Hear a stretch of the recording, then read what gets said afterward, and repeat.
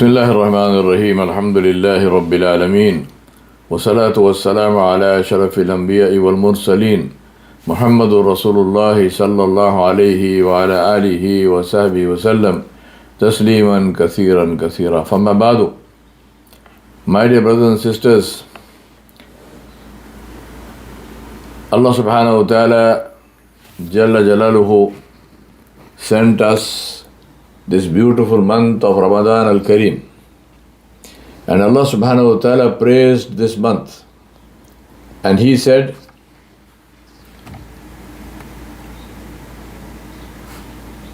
شهر رمضان الذي أنزل فيه القرآن هدى للناس وبينات من الهدى والفرقان فمن شهد منكم الشهر فليصمه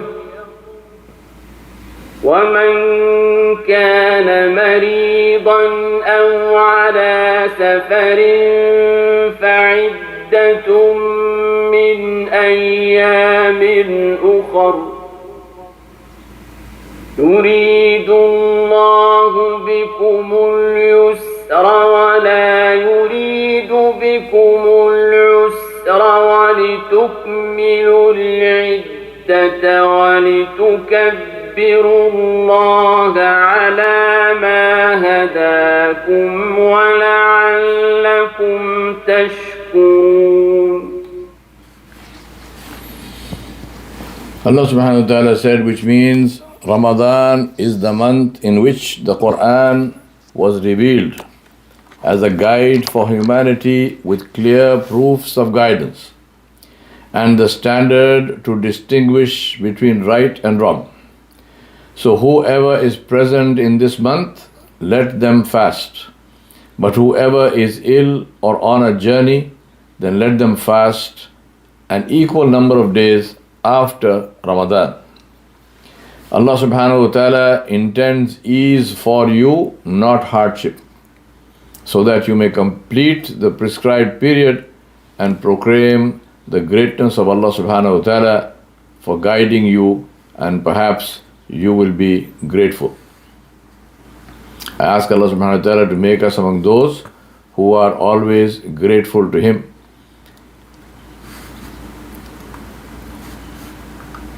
Let me begin by saying Ramadan Mubarak, Ramadan Kareem, and by requesting you and reminding myself to maximize the benefit of this month, which comes loaded with all kinds of goodness.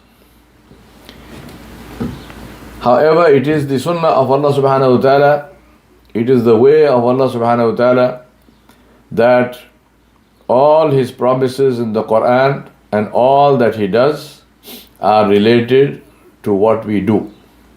Allah subhanahu wa ta'ala gives us multiple rewards for small deeds, but there is no reward for no deed. So let us concentrate on ourselves, forget everybody else, concentrate on ourselves and say, what is the best that I can do, and do it. My brothers and sisters, the most important thing to do is to thank Allah subhanahu wa ta'ala, and begin with that. Thank Allah subhanahu wa ta'ala for this gift of Ramadan. Imagine if somebody gives you an expensive watch or the latest phone, or just imagine whatever you are kind of dreaming, and compare that with the gift that Allah subhanahu wa ta'ala gives. Allah subhanahu wa ta'ala Himself is not comparable to anything, and neither are His gifts, really speaking. But just because we live in a materialistic world and we are stuck in our material values, let us take any gift, no matter how valuable it might seem to be in a material sense. The single important fact and the incontrovertible truth about every gift is that it is a gift of this world, and its benefit is restricted to this world. The most beautiful car, you can drive it on the street here. It will not go with you into the akhirah. Whereas what Allah subhanahu wa ta'ala gives us, and Ramadan al-Kareem is one of them and one of the best of them, goes with us in the akhirah.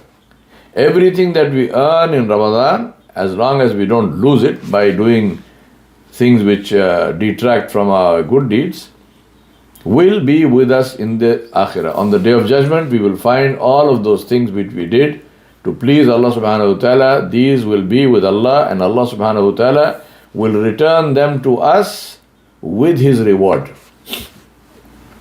So first and foremost, let us be grateful and express our gratitude.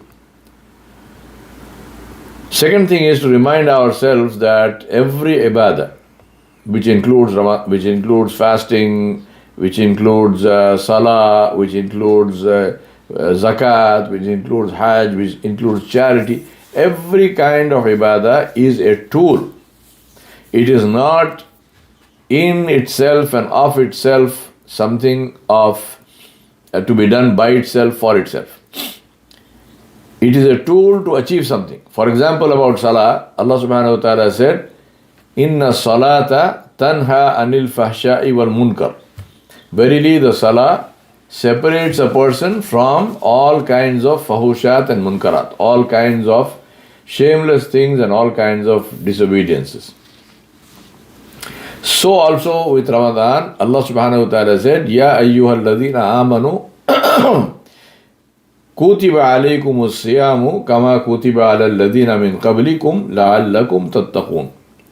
Allah subhanahu wa ta'ala said, O you who believe, fasting has been prescribed upon you as it was prescribed for those before you, so that you may become muttaqun, pious people who are concerned about the pleasure of Allah subhanahu wa ta'ala over and above anything and everything else. So let us focus on this, this is a tool to achieve something, and always keep this in mind and say, am I achieving what this tool has been sent and has been given to me to achieve? Every tool empowers a person. You cannot open a nut with your hand, but if you have a tool, you can open the nut. So your strength gets multiplied, your power gets multiplied because of the tool. So here is this tool, and Allah subhanahu wa ta'ala is giving us this tool to multiply our power and our strength to become muttaqun. So it's very important for us to start right, and we start right by making sincere tawbah, by making sincere istighfar, by apologizing to Allah, by expressing our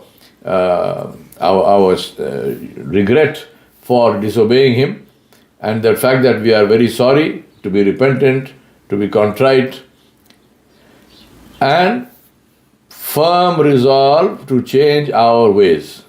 It makes no sense if I am apologizing to Allah subhanahu wa ta'ala for something and I continue to do the same evil that I was doing before. The point of apologizing, the point of saying I am sorry is to say that this was wrong, what I was doing was wrong, I acknowledge it, I accept it, and I am going to stop doing that. So let us remember that. Sincere repentance and change of lifestyle, and then let us monitor progress and make corrections.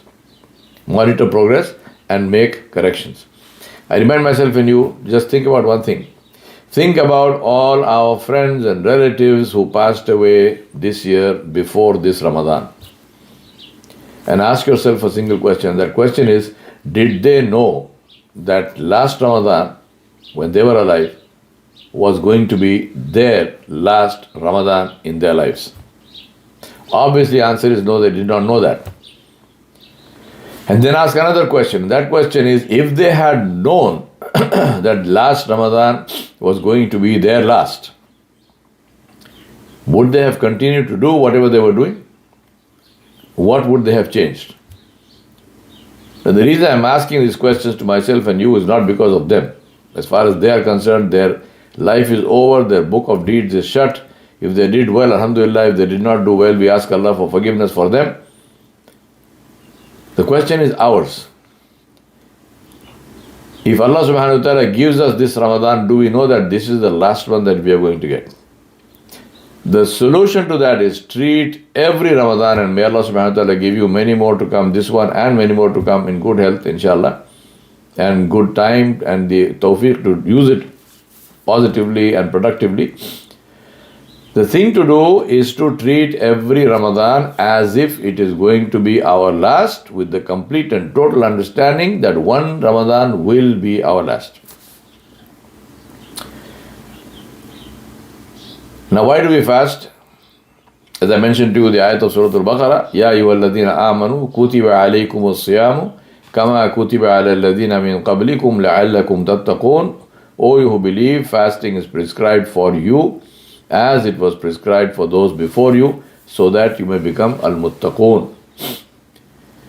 A muttaqi is a person who is conscious of Allah subhanahu wa ta'ala, who is fearful of the punishment of Allah, and who is hopeful of the forgiveness of Allah. So his position is bain al-khawfi wa tama', between fear and hope, and who lives his life or her life in a way that pleases Allah subhanahu wa ta'ala. Fasting teaches us ubudiyah, and ubudiyah is the purpose of our creation. Allah subhanahu wa ta'ala said, وَمَا خَلَقْتُ الْجِنَّ وَالْإِنسَ إِلَّا لِيَعْبُدُونَ. We have not created the jinn and the ins, the jinn and the human beings, for anything other than our worship. So ubudiyah is the purpose of our creation. That is why we exist. We exist to worship Allah subhanahu wa ta'ala. And fasting teaches ubudiyah. Ubudiyah is obedience. Complete and total obedience and submission to Allah subhanahu wa ta'ala, which is the whole essence of Islam. Islam means to submit. And fasting teaches us that. Because in the time of the fast, between dawn and dusk, we stay away even from things which are normally halal. Food, drink, and our relationship with our spouses. We stay away from this. Why? Because Allah said so. Because Allah ordered. We don't stay away from it because it is good for health, or it is, lowers my glycemic index, or any other reason. We say we don't do it because Allah said so. The fasting has come to emphasize for us that if you are among those, and may Allah make us among those, who will leave even the halal because Allah said so, what must you do about the haram? If there is any haram in your life, what right does that haram have to remain in your life? Fasting comes to emphasize this and say that if in the period of the fasting, if you are leaving even the halal to please Allah, then what must you do with the haram throughout your life? The haram in what we eat, the haram in what we earn, the haram in how we deal with people, our transactions, the haram in what and how we speak, the haram in our relationships. Every form of haram, everything that Allah has prohibited. And remember, whatever Allah subhanahu wa ta'ala prohibited, He prohibited for our benefit. Because who is Samad? He is the one who needs nothing, and everyone needs from Him. The benefit does not go to Allah. If I earn halal and eat halal, it's good for me. It does not affect Allah subhanahu wa ta'ala. So let us show our gratitude to Allah subhanahu wa ta'ala for showing us a path to goodness and never violate that path. Abu Hurairah radiallahu anhu narrated in a hadith which is in Bukhari and Muslim that Rasulullah sallallahu alaihi wasallam said, Allah subhanahu wa ta'ala said, so this is a hadith Qudsi, all the deeds of the son of Adam alayhi salam are his except for as-siyam, except for fasting. As-siyam is for me and I will reward it. As-siyamu li wa ana ajzi bih. This is the beauty of the fasting. It is something which is so powerful and so valuable that Allah subhanahu wa ta'ala is saying all the other deeds of the son of Adam, human beings, each one has its value. Allah will give that value. And Allah has specified one deed, Allah will give it 10 likewise and so on. But with the fasting, Allah said, I will reward it. What is the reward of fasting? Whatever is in keeping with the grace and majesty of Allah. What is the benefit of being a muttaqi? You might say, well, look, I'm becoming a muttaqi. How does it help me? Allah subhanahu wa ta'ala mentioned that very clearly. Allah said in Surah Al-Talaq, وَمَنْ يَتَّقِ اللَّهَ يَجْعَلْ لَهُ مَخْرَجًا وَيَرْزُقْهُ مِنْ حَيْثُ لَا يَحْتَسِبُ وَمَنْ يَتَوَكَّلْ عَلَى اللَّهِ فَهُوَ حَسْبُهُ. Allah subhanahu wa ta'ala said, and whoever has taqwa of Allah, whoever is a muttaqi, He, Jalla Jalaluhu, will make a way out for them. Allah will extract them from their difficulties and provide for them from sources they could never imagine. And whoever puts their trust in Allah, then He, Jalla Jalaluhu, alone is sufficient for them. The muttaqi is connected directly to Allah subhanahu wa ta'ala. And Allah subhanahu wa ta'ala is saying, then if the person has taqwa, then I will take charge of his life. In any case, Allah is in charge of our lives, but Allah is not taking responsibility for our lives. Allah is saying, I'm giving you power, use it as you want, and be accountable for it. But for the muttaqi, Allah is saying, I'm giving you power and I'm also giving you safety. I'm giving you the power and I'm also going to control that in a way that you don't harm yourself. And I'm going to give you power and I'm going to give you power in a way that all your difficulties are resolved. And I will provide you from sources you cannot imagine. Just ask this question, why must Allah say this? So what if Allah gives us from sources we can imagine? When Allah gives us some sources we cannot imagine, we open our eyes and say, Subhanallah, this is my Rabb. This came for me as a gift. I couldn't even have imagined that this thing was going to happen. Allah subhanahu wa ta'ala is saying, I will delight you in the way I give you. Not just give you, I will delight you in the way I give you. You will jump with joy, you will sing my praises in the streets and you will say, this is my Rabb. Seriously, let us develop the right desires. Desire is a very important thing. Without desire, you go into... A person who has no desire or has lost all desire is a person who is in a state of depression and despair. Desire is very good. The issue is what kind of desires. Let us break away from this, this very lower level desires of animal desires, of food and sensations and, that's it. Living from sensation to sensation is the life of animals. Let us desire for the pleasure of Allah. Let us desire for the company of Rasulullah sallallahu alaihi wasallam. Let us desire to see Allah subhanahu wa ta'ala as He promised. Now the blessings of fasting, there are many of them, but for want of time and space, I am going to mention only a few. Rasulullah sallallahu alaihi wasallam said, the Sa'im, the fasting person, has two happy moments. One, when he breaks his fast, he is happy. And two, when he meets his Rabb Jalla Jalaluhu, he is happy because of his fast. And this is in Bukhari and Muslim. Then Rasulullah sallallahu alaihi wasallam said, in another hadith in Tirmidhi and Ibn Majah, Allah subhanahu wa ta'ala has those whom He frees from Jahannam, and this happens every night in Ramadan. We ask Allah subhanahu wa ta'ala to make us among those who He will free from Jahannam every night in Ramadan. Just think about this, free from Jahannam, what does it mean? So, let us fast with awareness, with thankfulness to Allah subhanahu wa ta'ala. Rasulullah sallallahu alaihi wasallam said, As-Siyam, the fasting, and the Quran will intercede on behalf of the slave. As-Siyam, the fasting, says, O Rabb, I prevented him from eating and drinking and obeying his desires during the day. Therefore, please accept my shafa, my intercession on his behalf. And the Quran says, I prevented him from sleeping in the night because he was praying and he was reciting Quran. I prevented him from sleeping at night. Therefore, accept my shafa, my intercession on his behalf. And they will be accepted as intercessors. And this is in Musnad Imam Ahmad, Al-Hakim and Al-Bayhaqi. Our fasting will intercede for us. Doing all of these things with awareness increases our thankfulness and increases the joy of doing something of such amazing, lasting value.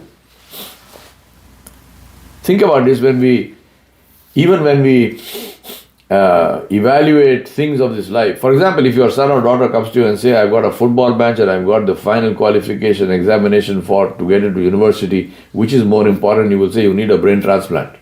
You even need to ask this question. A football match, you will have fun, it's temporary, it's gone. This is the rest of your life. You get into university, you're looking at a very different future. Why do you even need to ask? What do you think we are doing with our lives? On the one hand, we've got something of this dunya, on the other hand, we've got Allah subhanahu wa ta'ala's rida, and that is forever. Really ask ourselves this question. May Allah protect us, we will be faced with the same criteria that we used to use in this world. And we will be asked, why is it that you used a different criteria, different meter when it came to looking at things that please Allah subhanahu wa ta'ala? So I remind myself and you, don't waste the fast. Abu Hurairah radiallahu anhu narrated in a hadith which is preserved in Bukhari and Abu Dawud, that Rasulullah sallallahu alaihi wasallam said, whoever doesn't give up false speech. Now false speech is everything which is wrong, which is lying and backbiting and slander and casting aspersions and ghiba and namima and buhtan and all kinds of lying and cheating. Whoever, also foul language and stuff, whoever doesn't give up false speech and evil actions, again encompasses everything which is haram and evil, and doesn't abandon foolishness and stupidity, right? Whoever doesn't give up false speech and evil actions and does not abandon foolishness, Allah subhanahu wa ta'ala is not in need of his leaving food and drink. Please understand, there is a difference between fasting and starving. You are not starving. Ramadan is not the month of starvation. Ramadan is the month of fasting. So therefore, very important for us to create metrics to measure the improvement in our taqwa, starting from the first to the last.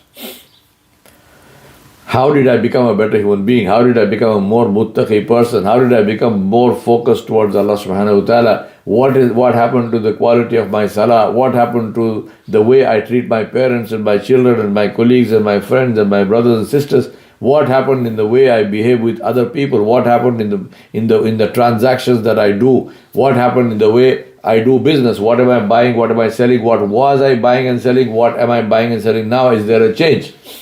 What happened to the carefulness with which I would put anything in my mouth with regard to haram and halal? So, be very careful. Create metrics to measure improvement in taqwa. As I told you, fasting is a tool, just like salah is a tool. Make sure that the tool is keen, it is right, you're using it right, and it is giving you the results for which it is designed. Why is it important to measure? Because you can only improve what you measure. The man who invented the Six Sigma quality standard in Motorola, called Michael Harry, he used to say, if you want to see what people value, see what they measure. If you want to know what people value, see what they measure. So let us measure the level of our taqwa if we truly value taqwa. And above everything else, make dua for Allah subhanahu wa ta'ala's help. Say to Allah, Ya Allah, you gave me this month to become a muttaqi. I want to become a muttaqi. I am making some effort. Ya Allah, help me. Put barakah in my effort. Save me from all kinds of temptations and this and that. And inshallah, Allah subhanahu wa ta'ala promised to accept dua. Final reminder, this may be my last Ramadan. And therefore, let us make it the best Ramadan of our lives. Use it as an opportunity to transform ourselves. Resolve all interpersonal conflicts immediately. Whoever you had a fight with, whoever you had disagreements with, especially any disagreements and so on with your parents, especially any disagreements and so on with your siblings, it is not worth it. Believe me, it's not worth it.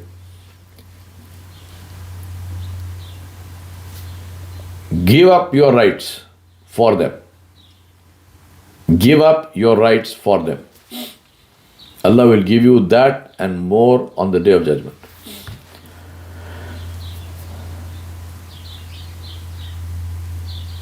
Pledge before Allah subhanahu wa ta'ala to earn and eat only halal.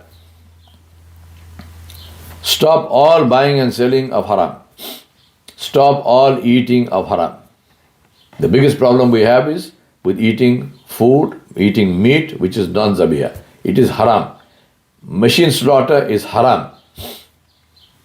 It's like eating a roadkill. That also got killed by a machine, your car. Don't do it.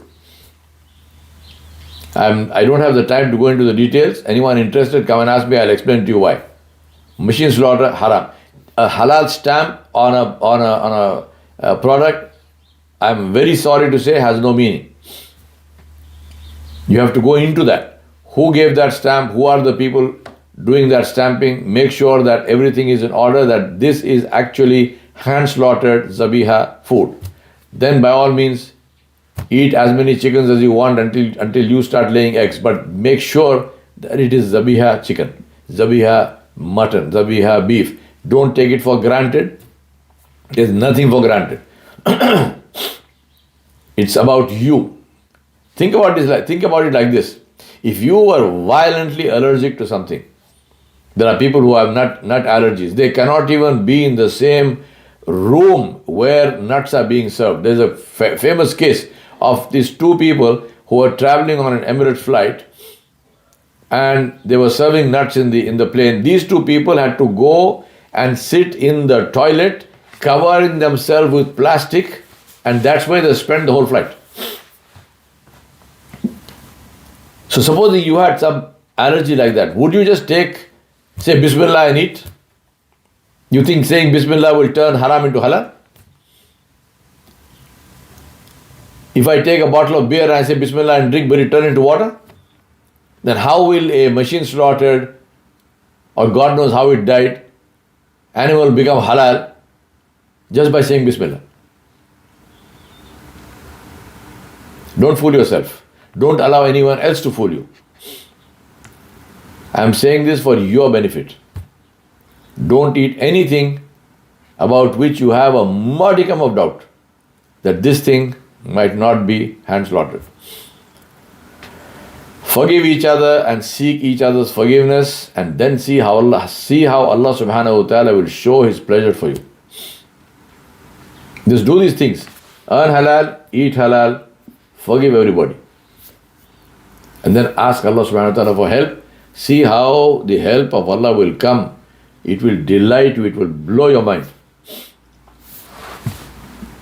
I remind myself and you that everything worth having in this life is hard. It is a pain. It is painful. So I say to you what I say to myself: choose your pain. Choose your pain. Being fit or getting fit is painful. Being fat is also painful.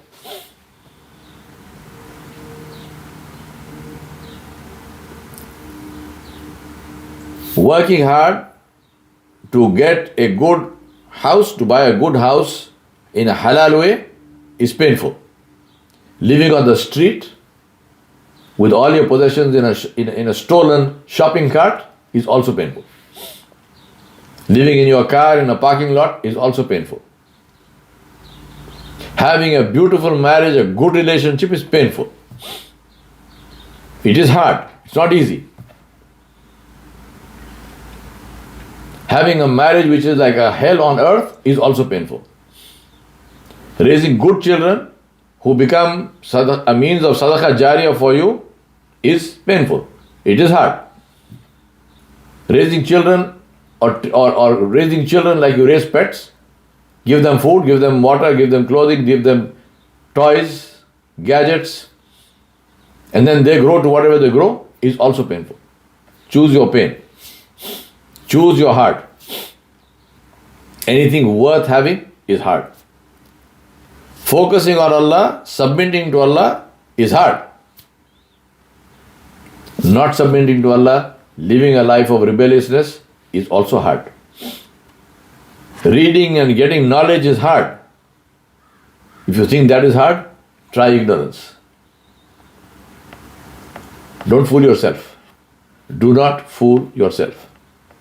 Everything is hard. And therefore I say to myself and you, every single one of us must suffer from one of two kinds of pain. The pain of discipline or the pain of regret. The pain of discipline is temporary. After a while, that action becomes easy and pleasurable. And you start seeing the benefits of that. The pain of regret is permanent. Because regret happens only when the chance of changing yourself has gone. You can cry all you want, nothing is going to change. So choose your pain. I remind myself and you, let us make goals for Ramadan. Because without a goal, you cannot reach any destination. The goal is the destination. If you have no destination, for the person who has no destination, there is no such thing as the right path. The right path is the right path only in relation to the destination. So what are your goals? Write down for yourself, what do I want to achieve in Ramadan? And then say, what is likely to help me? And what is likely to hinder me?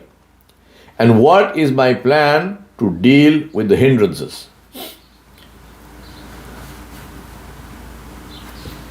Make metrics. As I told you, I'm very focused on metrics, measurements. So what do you want? What do I want to achieve? What will help me? What will not help me? And what do I plan? How do I plan to deal with those things which will not help me? So for example, if I say that my goal is to read one juz, one sipara of the Quran every day in the whole month of Ramadan, so that by the end of Ramadan, I complete one complete recitation of the Quran, but khatma. I set this goal for myself, and I think you should set this goal for yourself. Then it means one sipara. Now that is, if you take the Usmani script, that is 20 pages. So 20 pages of the Quran every day. So what is likely to help you? A structure. How will you do this? Just having the knee, I want to read 20 pages? No. How will you read 20 pages? Make a structure. One of the easiest ways is read 5 pages at the time of suhoor, before Fajr, and then read 5 pages after every salah. Right? So before Fajr 5 pages, after Fajr 5 pages, so 10 is over. Then Zohar, Asar, Maghrib, Isha, 4. 5 4s, 20. And you read 10 already. So that is, you read 30 pages instead of reading 20 pages. The reason I'm saying that is because in case Ramadan is 29 days instead of 30 days, you would have made it up easily. Even if you don't read the 5 pages at suhoor time, if you just read 5 pages after every salah, you would have read 25 pages. So that's the 5-page buffer you have in case Ramadan is 29 days instead of 30. So what helps you and what will help you is if you create a structure and follow that structure strictly. It's not just a matter of making timetables. A timetable is only as good as you follow it. So make sure you follow the timetable. What is likely to hinder you? Number one issue, social media. You can't do this with your phone going beep beep all the time. So get out of all social media apps. Make Ramadan into a detox thing for social media for you. Get out of Instagram, get out of Facebook, get out of, whatever. Snapchat, Quora, you name it. Get out of all of them. Focus on your ibadah. So what's likely to hinder you? This one. And what must you do? Get out of all this. Metrics very simple. Keep count. Remember, one of the most important things, don't miss that reading. Because if you miss one day, the next day you have to read 40 pages. Becomes impossible. becomes impossible, and then you will lose the goal itself. So make sure you do that. And the reason I'm saying 5 pages every day, after every salah, is because this becomes it's easy to do that.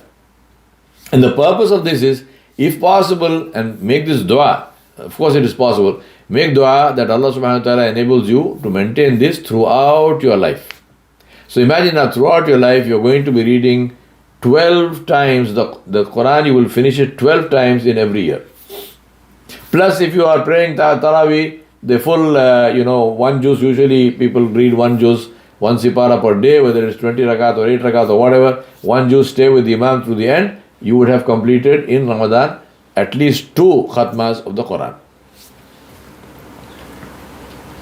Now, there are 2 critical tools to enable us to do this: managing time and prioritization. In managing time, the prioritization is to make high value choices. So in managing time, you have to first see what you are doing today with your time. So make this, as I have shown you on the screen, make this what I call a time log, which is a snapshot of how you are doing with managing your time today, or how you're using your time. You may be managing it or not managing it, how you're using your time today. Start with your wake up time and go to the sleep time. From wake up time to sleep time, whatever that wake up time is, whatever that sleep time is, record what you do every half hour for the whole day. 2 ways to do that. One is, think about yesterday, and inshallah you have a good enough memory to remember that. Every half hour, what were you doing yesterday?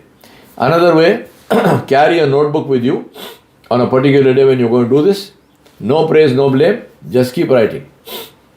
Every half hour, make this table, and every half hour, just keep writing, what did I do every half hour.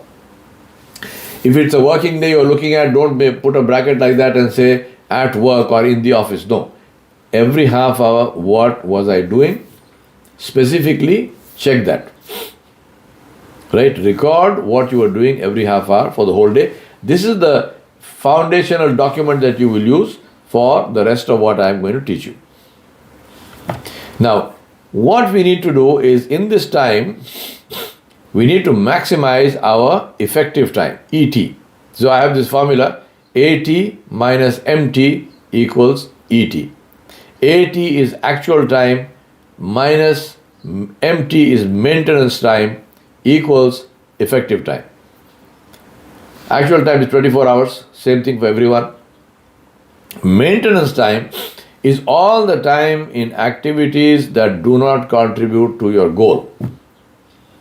So you start off counting all activities. So you say, how much time did I do, how many hours a day do I sleep, how much time do I take to eat my meals, how much time do I take to take a shower or something, how much time do I take to, put on makeup, right, and get dressed, choosing clothes.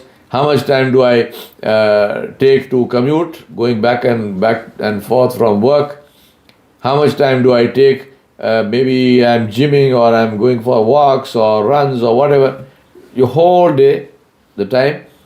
Then say, which of these contributes to my life goal? So you say, well, sleep, well, I have to sleep. But if I'm sleeping 8 hours a day, 10 hours a day, I know people who sleep 12 hours a day. That's 50% of your lifespan. 12 hours a day is half your lifespan. You're kissing it goodbye for snoring, because nobody I know can do anything while they're sleeping. 50% of your life.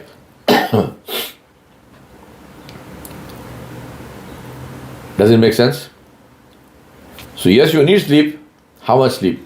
The body gets used to whatever you give it. So you decide. The less you sleep, the more time is available to do useful things. I say, and I'm saying it to myself, I'm not asking you to do it, 4 hours a day is all the sleep that you need.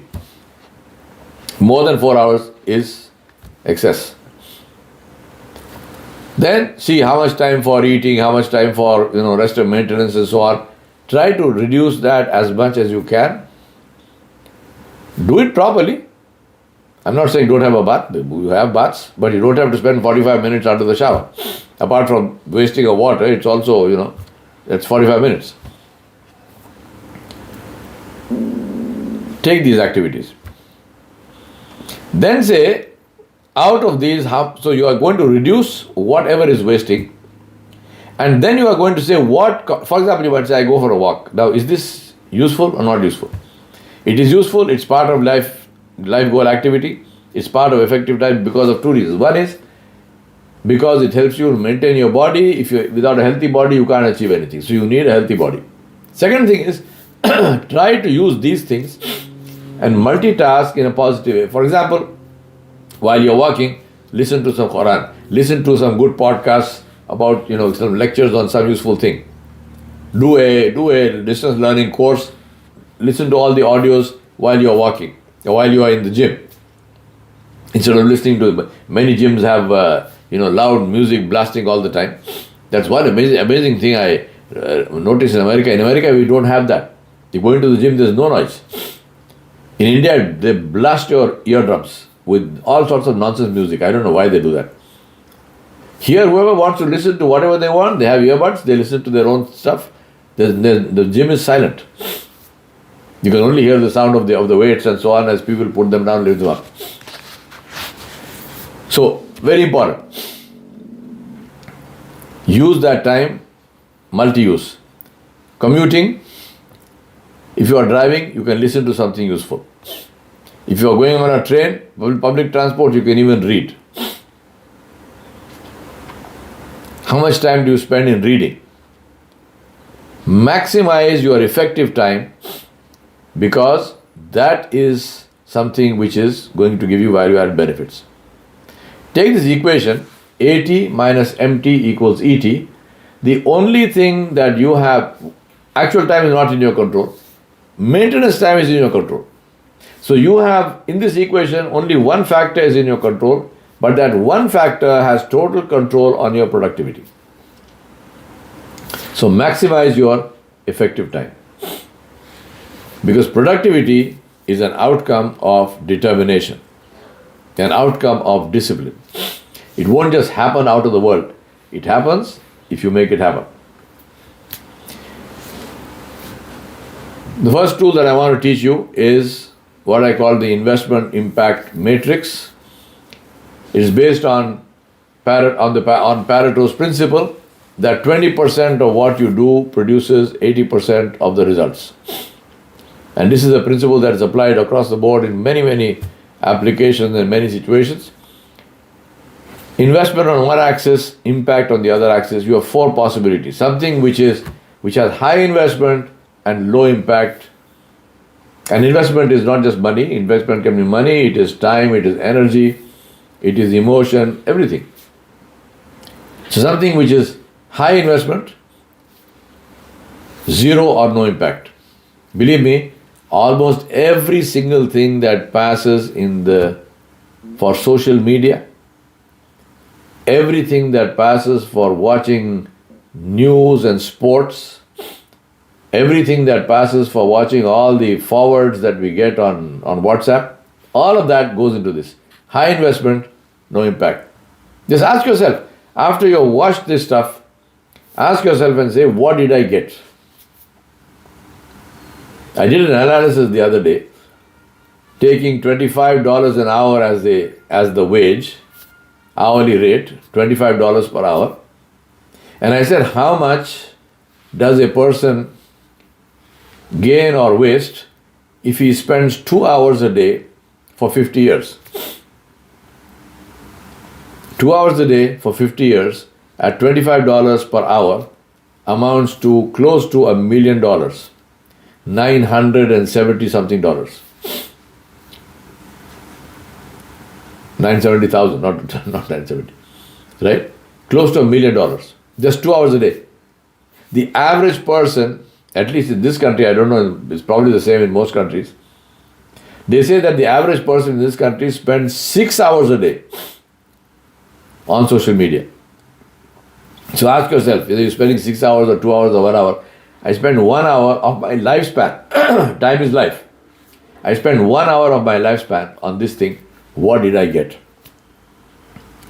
You don't need to measure it in dollars. It can be anything.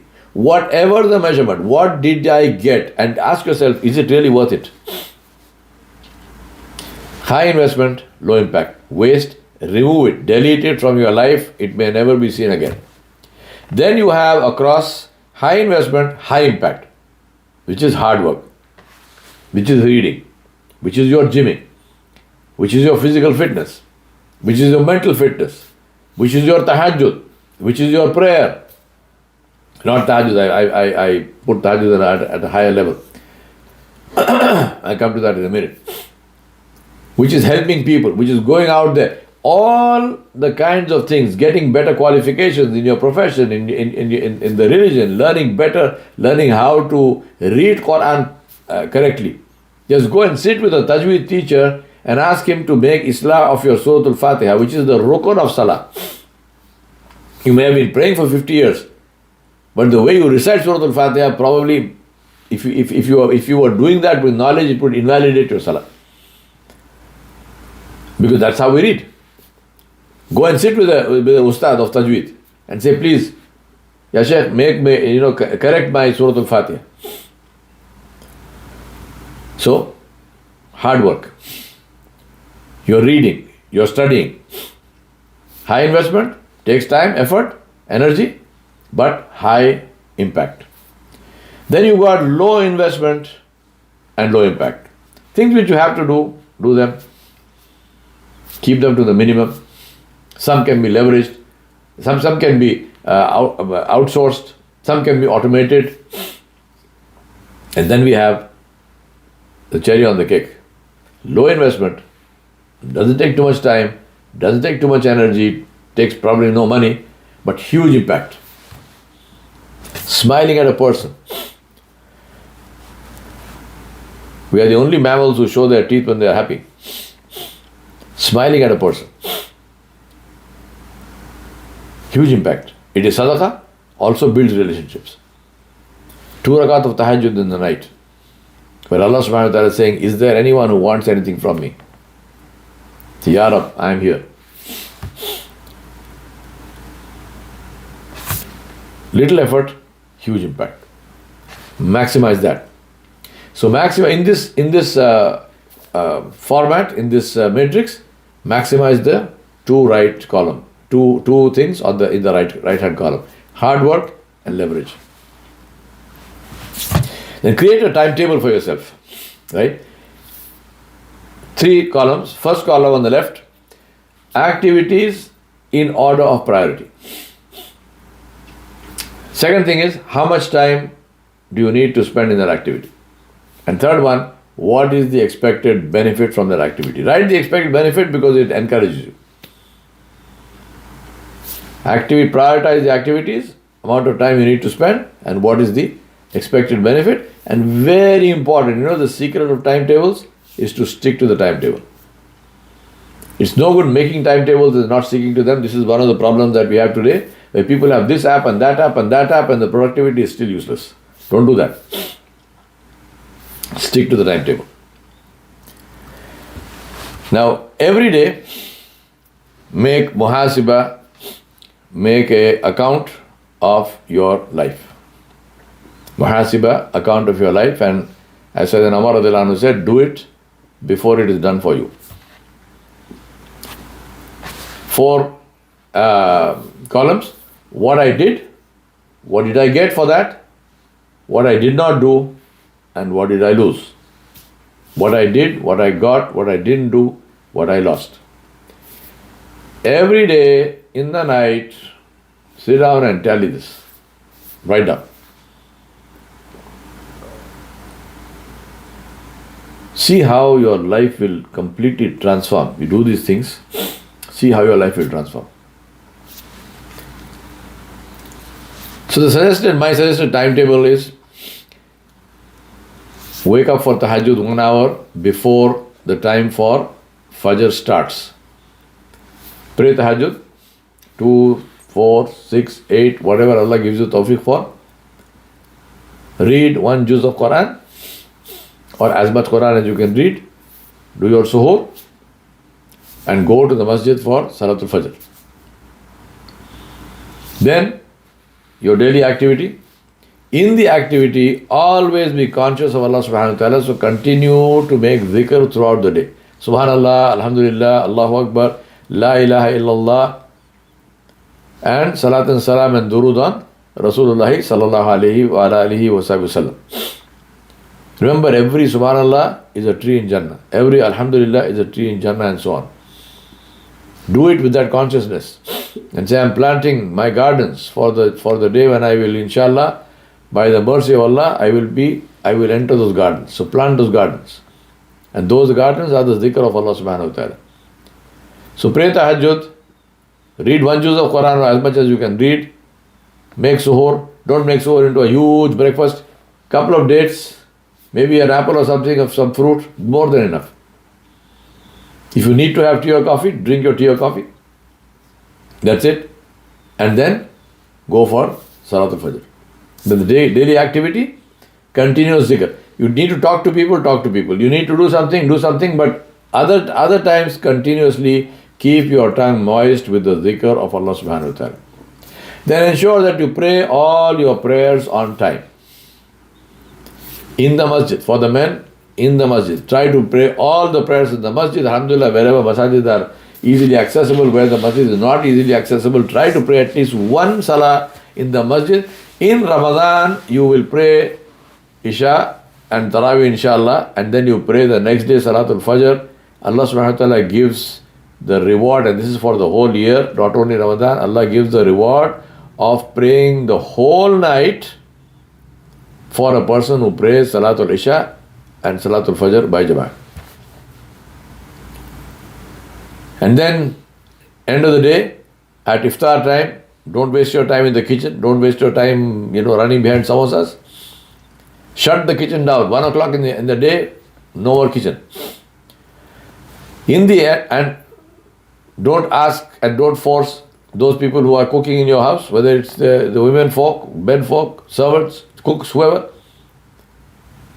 They are also Muslim, alhamdulillah. Let them go and do their own ibadat. Iftar time is the time for the acceptance of dua. So make dua. Make lots and lots and lots of dua. Make dua for yourself. Make dua for your family. Make dua for the ummah of Muhammadur Rasulullah sallallahu alaihi wasallam. Make dua for Allah subhanahu wa ta'ala to grant Rasulullah sallallahu alaihi wasallam maqam al-mahmud. Make lots and lots of dua at iftar time. Then have iftar, just a couple of dates, go pray Maghrib, come back home, eat some food. Again, don't stuff yourself up to here. It interferes with your salah, it interferes with all kinds of things. Eat light. Don't allow us and allow yourself to gain weight in Ramadan. Do not go to any iftar parties. Don't give iftar parties, don't go to iftar parties. Tell people, I am not coming to any iftar party. I will not accept any iftar invitations. Iftar is a time for ibadah. It's not a time for having a party. So don't go. And then pray Tarawih. Eat a little bit of food, iftar, light, keep it light, and then go and pray Tarawih, alhamdulillah. Come back home, read the last 5 pages or whatever I mentioned to you before of Quran, which is left for the day, and go to sleep early so you can get up in time for tahajjud. Before you sleep, assessment, the muhasibah for the day, and plan for the next day. The next day, what will I do? What activities will I do in order of priority? It is all about discipline, as I said, the pain of discipline or the pain of regret. It's discipline because it is our life. Now, prioritization is very important because all resources are finite. Everything is finite. Nobody has infinite resources, whether it is time or money or health or strength or whatever. Everything is limited. And therefore, it's only good sense and intelligence to use it where you can get the biggest bang for the buck. Use it in a place where you get the maximum benefit for that resource. So, two things to look at. One is do a cost benefit analysis. What is the ROI? What is the return on investment for that activity? What is the return on investment for 2 rakat of tahajjud? What is the return on investment for 1 page of Quran? Allah subhanahu wa ta'ala said, Allah subhanahu wa ta'ala will give you 10 hasanat, 10 rewards for every letter of the Quran. And he said, I do not say that Alif Lam Mim is one letter. He said, Alif is one letter, Lam is one letter, Mim is one letter. So for just by saying Alif Lam Mim, we got 10 hasanat, 10 good deeds. Right? We got 30, 10 each, 30 good deeds. So return on investment for everything, whatever you're going to do. What is my return on this investment? What will I get for this? Do it only if it makes sense. Definitely don't do it if it is going in the negative. And second thing to ask is, because we live in a world of sensations, the return on benefit is I'm having fun. Okay, no problem. Have fun. Halal fun, yes, no problem. How long will it last? How long will this halal fun last? And how long will the dhikr of Allah?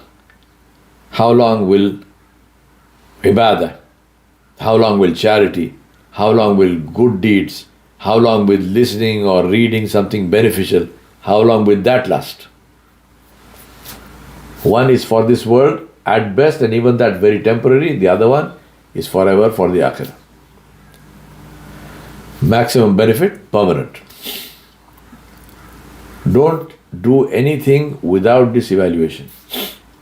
Really, your life is far too valuable for you to just throw it away like the way we do it. Your life is your life. I'm talking about you. Your life is far too valuable to be squandered, to be just chucked. If you don't believe me, if you don't value your life, that's up to you. But if you value your life, and you should, then use it wisely. Use it as the place to invest. Nabi Sallallahu Alaihi Wasallam said, this dunya, mazraul akhirah. He said, this is the tilth. These are the fields. This is the cultivation for the akhirah. Use this life to build the akhirah. This life has not been sent for itself, just for us to have fun and go. That's the life of animals, from sensation to sensation. The life of human beings is a life of thoughtfulness. So let us use it and let us live thoughtfully.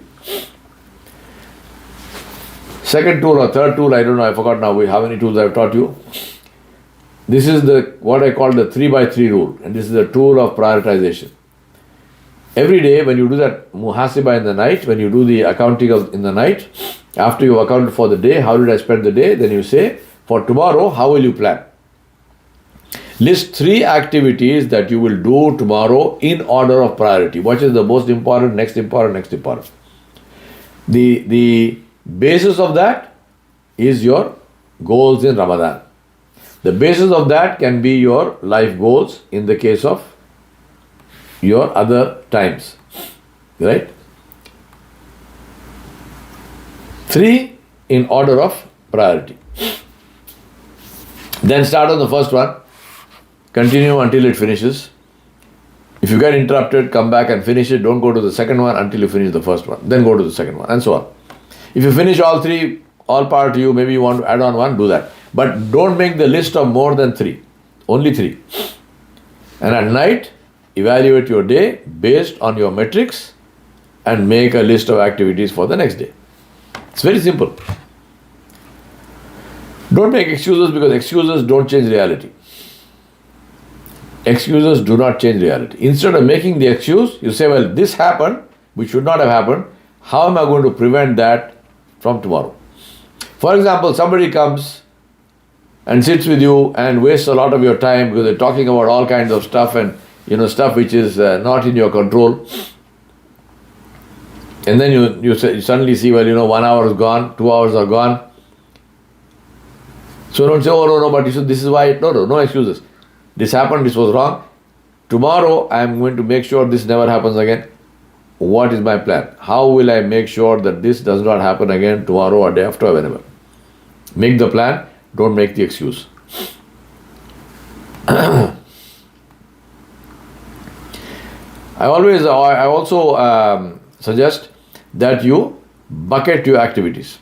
High value activities, two buckets. High value activities, which are ones which I must do myself, which is all our salah, which is our dealing with our parents, for example. You cannot, this is one of the problems. We think that, if you throw enough money at your parents, your job is over. So I set them up somewhere in a nice house and I give them a car and a driver and whatnot, and they want you. They want you, they want to see your face. They want you to sit and talk to them. The money is not important. They want your time. Oh, I have no time, I'm busy. No. If your parents said, I have no time, I'm busy, you would not be alive. You would have died. They gave their time for you. They gave their life for you. Show some gratitude. Go sit with them. Right? Salah in the masjid. Your daily recitation of the Quran and dhikr and so on. These are things which high value, which only you can do and therefore you must do. Other things, automate them, postpone them, delegate them, whatever. Don't waste Ramadan time to do it. Including daily charity. One of the things I recommend is that we must give charity every single day in Ramadan, whatever it is. Give $5, give $1, give 5 cents. But every day, give charity. Teach it to your children, the smallest of them, including every day, give charity. Give a box, put something in it, every single day.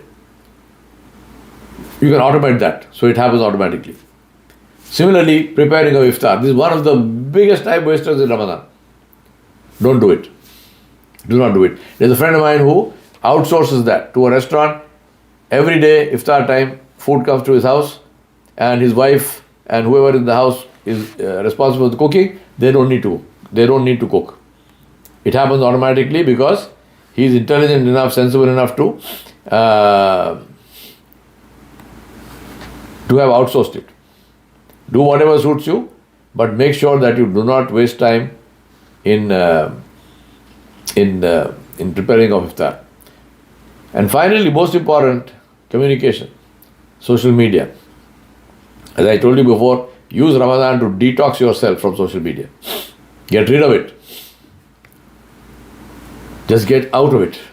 Believe me, you won't even miss it. Anybody with any intelligence, you will not even miss it. This is the biggest drain on human resources that has happened in recent times.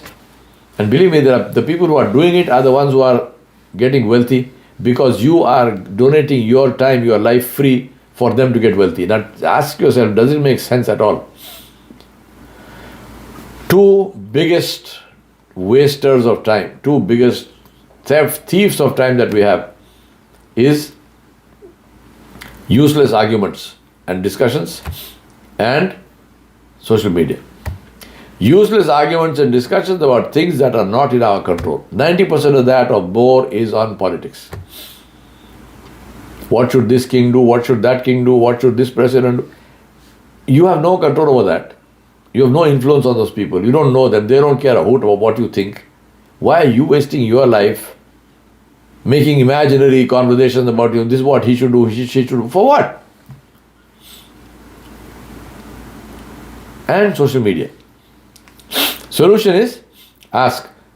Very simple. As soon as somebody starts this conversation, if you are in that group, tell them, excuse me, let's do this. So before the conversation starts, as soon as the conversation starts, ask this question and say, what is the outcome that we want from this discussion? And then what you do is, second question you ask is, how much time do we want to spend on this discussion? So two questions. What is the outcome we want and how much time do we want to spend on this discussion? Then set a timer. So you say, supposing you say half an hour, 30 minutes, set a timer, start talking. As soon as the timer goes off, stop talking. Mid-sentence. And then say, did we achieve our goal? We started with the goal of this. Did we achieve this goal? And then ask yourself, was it worth the value of time? We spent so much time, was it worth that or not? Right? It's very important. Don't throw away your life. The most important thing to understand here is procrastination. The problem of procrastination, set a deadline for each task and then create a debt for the line.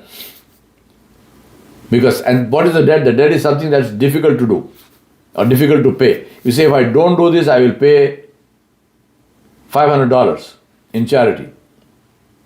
You believe me, you will never do that because you make sure this happens. Something difficult. Because a deadline without a dead is only a line, has no meaning. And start now, because that's the only time we have which is in our control. Don't say, I will do this after I make Umrah, I will do this after Ramadan, I will do it in Ramadan. No, now. Anything that's worth doing, good time, a good thing to do, what's the best time? Now. Start now. I need to go for a walk, go now. Whatever you need to do, which is good, do it right now. Don't waste time. Procrastination is a killer because speed is a competitive advantage. Speed is a competitive advantage. Final point, managing of priorities. Ask yourself, what should I start doing? What should I stop doing? What should I continue to do? What am I doing now? What am I not doing now which I should start? What am I doing now which needs to stop? And what do I need to continue to do? I ask Allah subhanahu wa ta'ala to make this Ramadan the best Ramadan of our lives yet, and to bless us and to forgive us and to help us in ways that we cannot imagine to reach His rida. Wa sallallahu ala nabiyil kareem wa ala alihi wa sahbihi ajmain bi rahmatika ya arhamar rahimin walhamdulillahi rabbil alamin. Wassalamu alaikum wa rahmatullahi wa barakatuh. Eid Mubarak, Kullu aam wa antum bi khair, Ramadan Mubarak, and may Allah be with you and give you the greatest of happiness and success in this life and the hereafter. Ameen Ya Rabbi.